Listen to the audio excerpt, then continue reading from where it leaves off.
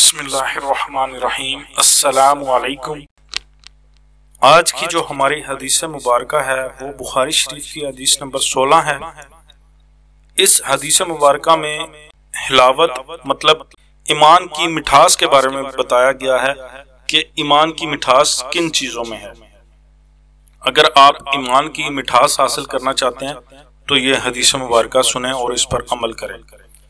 حضرت انس رضی اللہ عنہ سے مروی ہے کہ نبی کریم صلی اللہ علیہ وآلہ وسلم نے فرمایا، جس شخص میں یہ 3 خصائل پائے جائیں وہ ایمان کی حلاوت کو پا لے گا۔ نمبر 1، اللہ اور اس کے رسول اسے ہر چیز سے زیادہ محبوب ہوں۔ نمبر 2، کسی شخص سے فقط اللہ تعالی کی رضا کے لیے محبت کریں۔ نمبر 3، اور کفر میں لوٹنا اس طرح ناپسند کرے جیسا کہ آگ میں ڈالے جانا ناپسند کرتا ہے۔ بہت سارا اپنا خیال رکھیے گا، دعاؤں میں یاد رکھیے گا۔ السلام علیکم ورحمۃ اللہ وبرکاتہ۔